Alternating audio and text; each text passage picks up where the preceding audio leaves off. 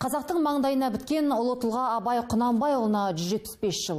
2 ғасырға жуық уақыт өтсе де ағартушының артында қалған асыл мұрасы әлі де зерттеліп зерделенуде. Жақында ұлы тұлғаның шәкірттерінің бірі Абайдың 38-ші қара сөзіне қатысты жаңалық ашты. Алдымен сөздің өзі.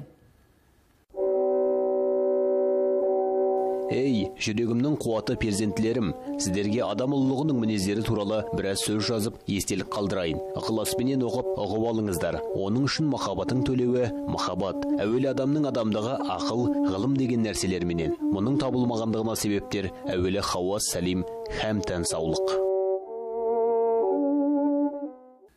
Абайдың 38-ші қара сөзі осылай басталады. Артынша дін, тарих, саясат, қоғамның дамуына қатысты ой толғанысы түйінделген.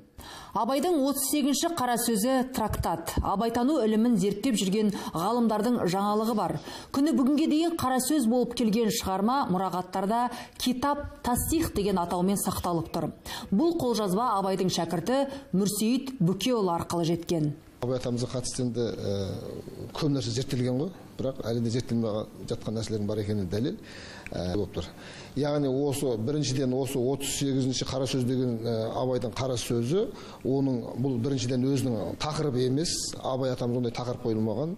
Бұның Абайдың енді түпнұсқасының бәрі Мүрсейіт деген кісі жазған ғой. Сол Мүрсейіттің біз түпнұсқаны алып оқыған кезде ол жерде ол 38-ші қара сөз деген тақырып жоқ, ол шығармада китап тастих деген тақырып тұр. Китап тастих деген тақырыппен біздің осыдан көзім жеткен екен, біздің пайымдауымызша бұл китап тастих деген өзінің тақырыбымен шығу керек. Одан кейін бұл 38-ші қара сөздің бұл еңбектің китап тастихтың тағы бір ерекшелігі, бұл кәдуілгі біз қолданып жүрген қазақ тілінде жазылмаған.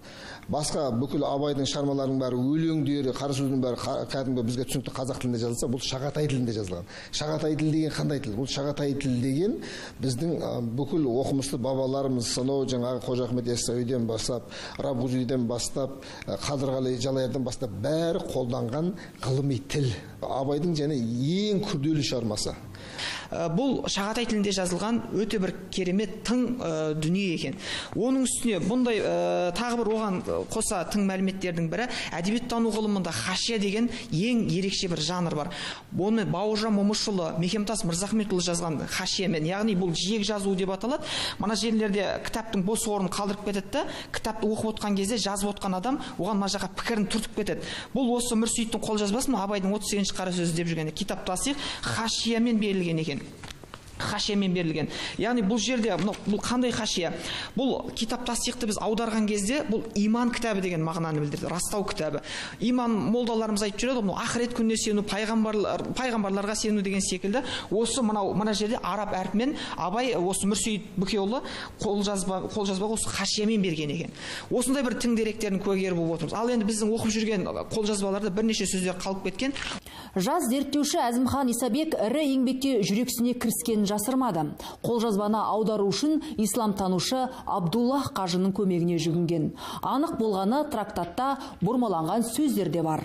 Болсақ, Әуезовтің 1940 жылы шыққан толық жинағы бар, Абай шығармаларын басып шыққан. Ода 44 қара сөз берген. Ал Абай атамыздың біз оқып жүрген шығармаларында қазіргі таңда кириллицада 45 қара сөз бар. Ал Мүрсейіттің қолжазбаларын қарайтын болсақ, ең бірінші китап тасих 38-ші қара сөз, өзінің арнайы атауы бар. Бұл қара сөздердің қатарына кірмейді. 27-ші қара сөз, Сократ Хакимнің сөзі. Бұл да қара сөздердің қатарына кірмейді. 37-ші қара сөзі бар.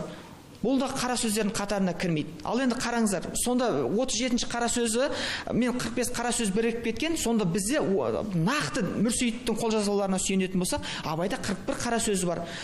Зерттеушілердің айтуынша бұл шығармаға транскрипция жасалмаған. Ғалымдар біраз уақыт еңбектеніп, шығарманың жөн жүйесіне қанығып, енді түпнұсқасын жарыққа шығармақ. Көкірегі сезімді, көңілі ойлыға, бәрі анық деп Абайдың сөзімен Астана аптасын аяқтайық. Келесі жексенбі кездескенше.